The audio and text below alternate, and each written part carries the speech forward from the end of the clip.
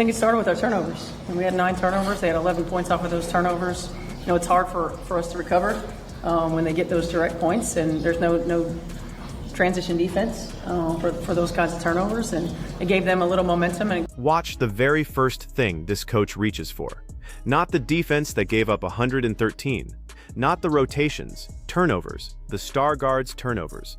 That's the opening move after a collapse in Atlanta on June 20th, and it tells you exactly where this season is heading.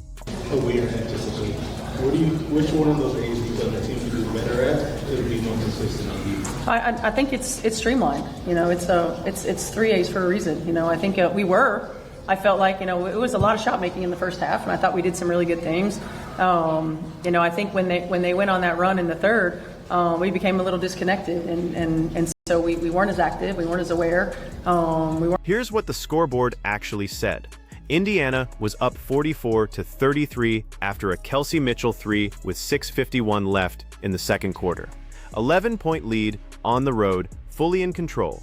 By halftime, that lead was down to 3. By the final buzzer, it was 113-96, a 17-point loss. So when the head coach walks to the podium and starts the autopsy with turnovers, you have to ask the obvious question. Is that the diagnosis, or is that the deflection? Blow it up! You had a really strong first half. What did you see in that third period, maybe defensively, that changed? Crazy. Or maybe you had to make some adjustments. Yeah, I think just got to take care of the ball better, and that starts with me. So I think just focusing on that, and then... You see that? Got to take the ball care of the... Now watch the contrast, because it's the whole story. The third quarter is where this got buried. Atlanta outscored Indiana 28-15 in that one period. And the player who put up a game-high 26 points, she doesn't dodge it. She points the finger directly at herself and says taking care of the ball starts with me. Read that back. The franchise player takes the hit on camera. The coach hands the hit to the franchise player. One of those people is leading. The other one is managing blame. What we did well in the first half was playing transition, spray, find open people.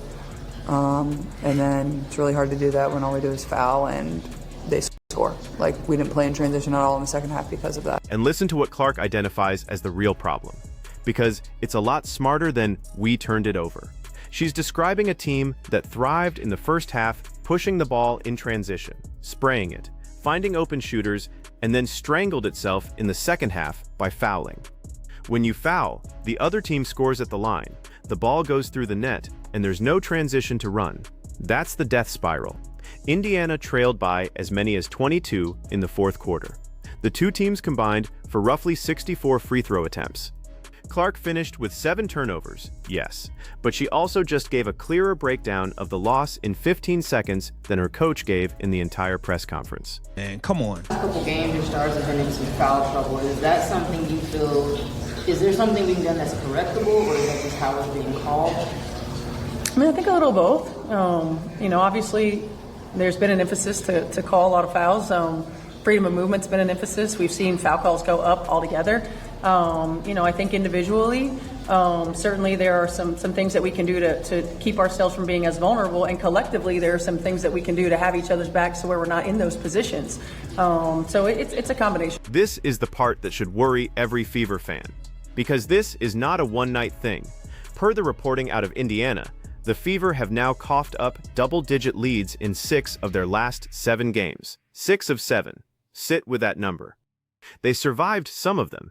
There was a Caitlin Clark game winner after blowing a 17-point lead against the Washington Mystics and an overtime escape against the Chicago Sky after giving back a 19-point cushion. So fans could tell themselves it was variance, it was luck, it was clutch. But you can only call it bad luck so many times before it becomes a pattern, and a pattern points at the bench. This Atlanta loss is the one that snapped a season-best 4-game winning streak and dropped Indiana to 9-6. The cushion is gone. Now the collapses cost games. Good things. Okay, and then I'm going to say, how has that changed how you kind of scheme defensively, with it being called that way? Yeah, there are only so many schemes you can do.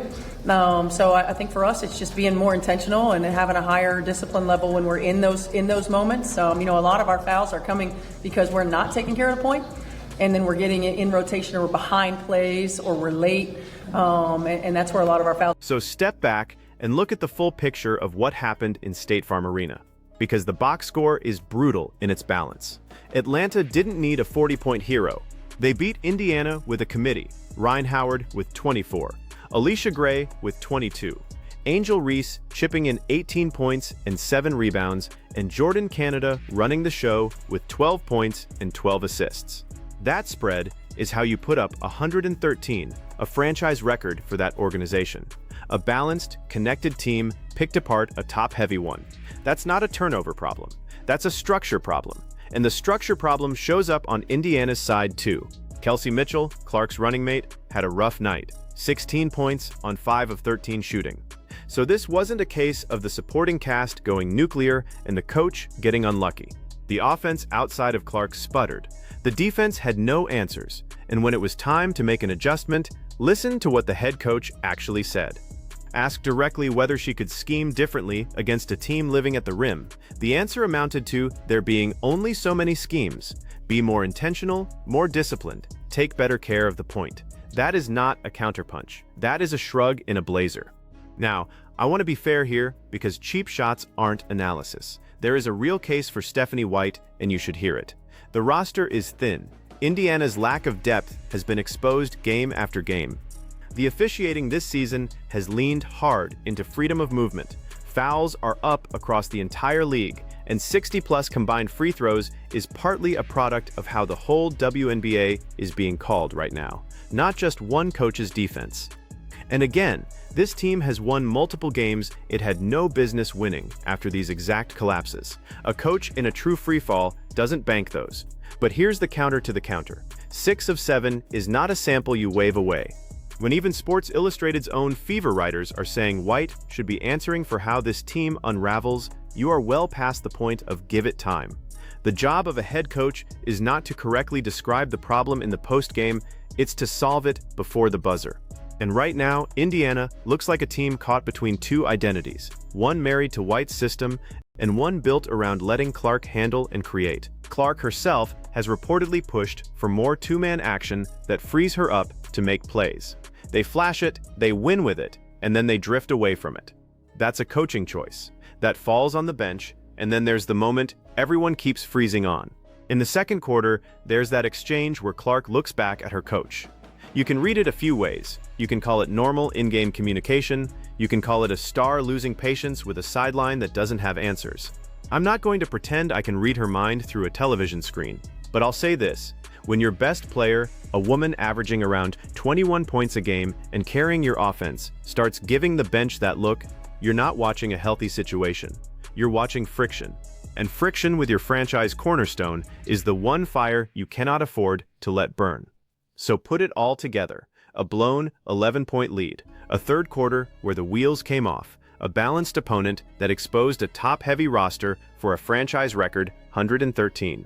A star who takes accountability, and a coach who reaches for turnovers, a pattern of 6 collapses in 7 games, and a post-game answer that boiled down to, we just need to try harder. This is the moment where a season either gets fixed or it gets away. All-Star break is on the horizon. The pressure is climbing, and the seat is getting warm, whether the front office admits it or not. Here's where I'll leave it, and I want you to actually pick a side in the comments, not both. If you're running the Indiana Fever right now, do you make a change at head coach before the break and try to save Caitlin Clark's prime, or do you trust Stephanie White to figure it out with the season already slipping? You can't say wait and see. The collapses are costing games now. Tell me exactly what you'd do.